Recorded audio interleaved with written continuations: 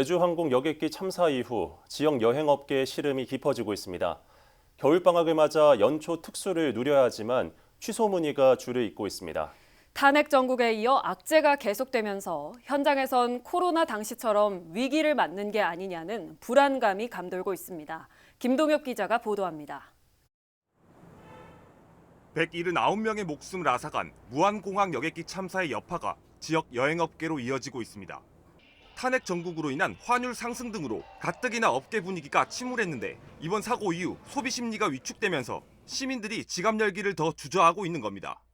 여객기 사고 이후 비행기 탑승에 거부감을 드러내거나 해외여행을 주저하는 경우도 쉽게 찾아볼 수 있습니다. 우리도 여행 계획을 좀 취소하든지 좀 특히 항공사도 가려서 타고 싶고 그렇습니다. 여행도 좀 자제해야 될 것 같아요. 차라리 외국보다는 국내 여행이 안 좋겠나 이런 생각이 듭니다. 연말 연초와 겨울방학 특수를 기대했던 여행업계는 동장군처럼 얼어붙었습니다. 전년 대비 예약률은 반토막 났고 예약 취소 문의도 잇따르고 있는 겁니다. 또 이런 참사가 생긴 거죠. 그렇다 보니까 완전 이제 지금까지 코로나를 이겨내면서 그 어려움을 참고 이겨내 왔던 우리 업계에서는 다시 한번 큰 이제 충격을 받고 있는 건데 그 중에서도 취소율이 너무 많다는 거죠.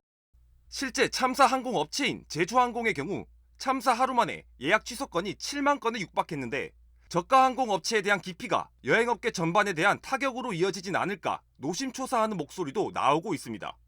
코로나 팬데믹 이후 이제야 어느 정도 제자리를 찾아가던 여행업계가 다시 수렁에 빠질 수 있다는 우려입니다. 항공권 판매에 따라 항공사가 여행사에 지급하는 티켓 수익 구조도 여행업계의 한숨을 깊어지게 하고 있습니다.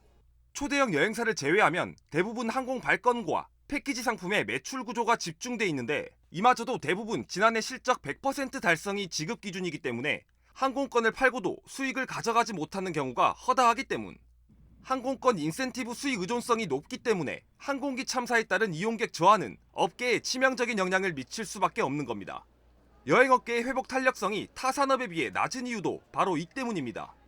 라이센스를 취득하기 위해서 이제 정기적으로 회비를 지급을 해야 되는데 여기 여행사가 한번 문을 닫고 업계와 이렇게 시스템적으로 이렇게 연결이 구축되어 있는데 이 시스템이 한번 무너지고 다시 회복하는 데는 굉장히 많은 시간이. 경남도는 도내 여행업계를 대상으로 경영 안정을 위한 특별자금 1,400억 원을 융자 지원하는 등 피해 지원에 나서는 모양새, 예약 취소 등으로 피해를 입고 있는 업체들의 피해 상담을 위한 창구를 운영하고 컨설팅 등의 지원도 병행할 예정입니다. 이번 참사로 인해 훈풍을 기대했던 여행업계의 신음이 깊어지고 있는 만큼 조속한 지원 움직임이 이루어져야 할 것으로 보입니다. SCS 김동엽입니다.